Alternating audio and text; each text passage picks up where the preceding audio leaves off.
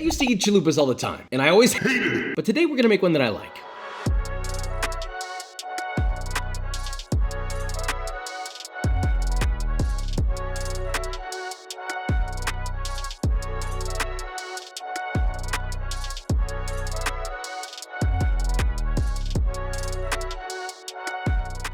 So today we're making the Taco Bell Chalupa. How many have we done now with Taco Bell? 1, 2, 3, 4, 5? 4? Vikram doesn't know, neither do I. It doesn't matter because the Taco Bell menu is kind of this menu from the pits of hell, so to speak. And for some reason, it just captivates people, and I don't know why. And the chalupa is one of those things. I remember as a kid, I would eat it, and I'm like, oh, I'm eating this. Even cognizantly, I didn't like it. But it's one of the few but better items we've done that I actually ate regularly as a kid, and I don't know why. So with all that being said, let's make this, shall we? Wait, is this a KFC or a Taco Bell? KFC and Taco Bell. Can I get 2 Chalupa Supremes? No, that's it. Thank you. Wow, fast. Oh my goodness, the building is like dripping. It's building a 1 out of 10, menu 1 out of 10. That's 2 1 out of 10 so far. But the service is fast, so that's probably gonna get a high rating. Do you want any sauce? Sure, yeah, I'll take 2 packets. Try to multitask. You're doing good, thank you. Honestly, service was great. I think that's the best service we've ever had on But Better. It's a little cheeky, she's like trying to multitask, and I'm like, oh, you're doing great, girl. So honestly, 10 out of 10, great service. Jesus, let's just get this over with. So we've got the bag. I used to eat these when I was a kid. Honestly, kind of excited about this one. And now I'm not.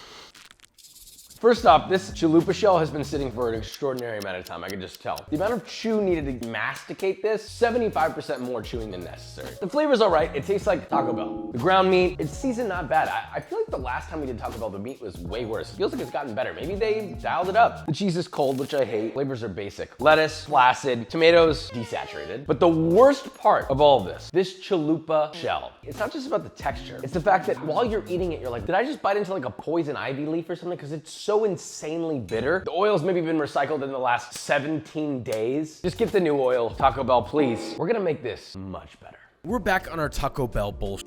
Let's make this right. First, a nice basic queso sauce. This is not nacho cheese. This is Texas queso. Don't get it confused. This is the neon stuff served at every Tex-Mex restaurant with a never-ending supply of tortilla chips. In a medium sauce pot, add 2 tablespoons or 30 grams of unsalted butter, heat that over medium, and once melted, add in half a yellow onion, finely diced, 1 seeded and diced poblano pepper, 3 cloves of finely chopped garlic, and salt and pepper to taste. Sweat those for 3 to 5 minutes or until they're beginning to soften, then add 1 tablespoon or 9 grams of all-purpose flour. Cook and stir for 1 to 2 minutes, then add 1.5 cups or 360 milliliters of whole milk. Continue to heat and stir constantly, just until the milk begins to thicken. You know, I like it thick. Cut off the heat and mix in a 1/3 pound or 150 grams of grated American cheese. Yes, the fake stuff. Trust me here. Half a pound or 225 grams of grated cheddar cheese. Continuously but gently stir until everything is melted and you have a beautiful cheese sauce. Season with additional salt and pepper as needed, and that's your cheese sauce. Anyone that's been to Texas knows the sacred qualities of this cheese alchemy. Now just keep that puppy warm and cover. Taco Bell seasoned beef. Iconic, horrible, I don't know what else to say. I made a few mods to my recipe to simplify it, and yet somehow it ended up tasting even better, so you're welcome, I guess. First, you'll need 1 1/4 pound or 560 grams of relatively fatty ground beef. Obviously, I ground my own by grinding together 1 pound or 450 grams of Texas Wagyu chuck roast, and 1/4 pound or 112 grams of the smokiest bacon I could find. Obviously, pre-ground is fine, but try to find something around 70 to 75% lean, okay? Tired of seeing people get 80% lean. You got that ground beef that's drier than the sand dunes people are motorbiking around on Instagram.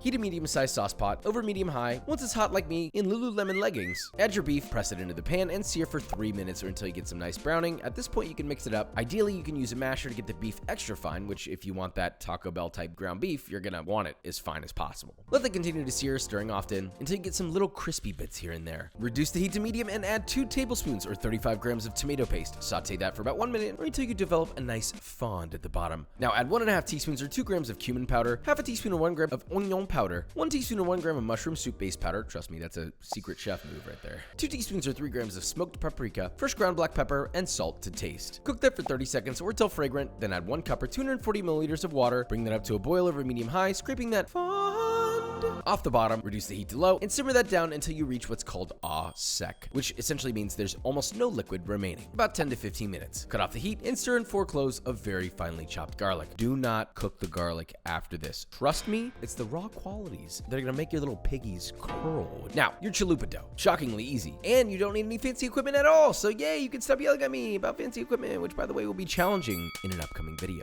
Keep your eyes peeled. Make sure you have a pot of frying oil, heated to about 350 Fahrenheit, something like 2 quarts of vegetable oil in a 5-quart pot. In a medium-sized bowl, add 2.5 cups or 375 grams of all-purpose flour, 1 teaspoon or 7 grams of fine sea salt, 1 tablespoon or 15 grams of granulated sugar, 2.5 teaspoons or 11 grams of baking powder. Whisk all that together and then add 1 cup or 240 milliliters of whole milk and 2 tablespoons or 30 grams of vegetable oil. Mix that by hand until you form a rough dough, then knead that bad boy for 2 to 4 minutes or until smooth and beautiful like this fellow right here. Wow, I just want to give him a little kiss. Look at him. Cover him up and let him rest for 15 minutes. Then divide your dough into 8 even pieces. And for the perfectionists around, that'll be about 67 grams each. Roll your dough pieces into light balls, then using a rolling pin, roll them out into discs that are about 6 inches across. Then using a fork, lightly poke holes throughout the entire rolled dough. Gently lay 1 piece of dough into your heated frying oil and allow to fry for about 15 seconds. Then remove and form into a taco shape using tongs. Place that back into your frying oil, using those tongs to hold that shape together, and fry for another 30 seconds or until it holds its shape when you let it go. Continue to fry until golden brown, another 1 to 2 minutes, then remove from the fryer, drain in a wire rack, and season lightly with salt to taste. Repeat that process with all of your chalupa dough. I was pretty surprised with how similar these smelled. They looked like the original Taco Bell chalupa shell, except significantly better. We're almost there. We just need to talk toppings. Lettuce. Always an afterthought, not anymore, because I love iceberg lettuce and it deserves a pedestal. No one puts iceberg in the corner. So to make this more thoughtful, first a medium-sized bowl, add half a head of thinly sliced iceberg lettuce, half a jicama peeled and julienned, and about 3 tablespoons or 11 grams of very finely chopped fresh cilantro. Toss together until thoroughly incorporated, and well, that's it. For your cheese topping in a medium-sized bowl, you'll simply combine 1 cup or 200 grams of Monterey cheese, fresh grated, and 1 cup or 200 grams of cheddar cheese, also fresh grated. For the tomato, I kept it simple but slightly elevated. 1 tomato diced, season lightly with salt and pepper, and a light glug of extra virgin olive oil for richness. Toss together until thoroughly coated. Now for the assembly we've all been waiting for. First, your puffy chalupa shell. At this point, you should check and see, is your queso hot and in a liquid state? Is your beef reheated and ready to be put on? This is a good time to do all those things. Now open up